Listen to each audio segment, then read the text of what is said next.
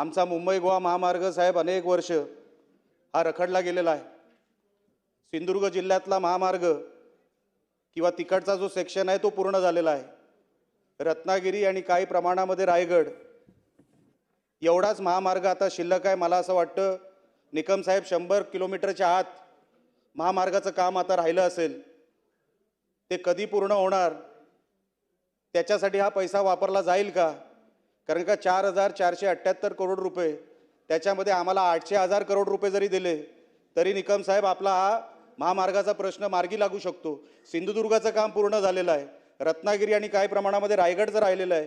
तर जर मुंबई गोवा महामार्गाचं काम महामहिम राज्यपाल जसं म्हणतायत त्यांच्या मनोगतामध्ये ज्याचा उल्लेख झालेला आहे, त्या 4,478 कोटीमध्ये मेजर रोड इम्प्रूव्हमेंटमध्ये जर हे घेतलं तर आमचं मुंबई गोवा महामार्ग हा 100% पूर्ण होईल आणि आमच्या कोकणवासियांवर फार मोठे उपकार होतील या सरकारचे।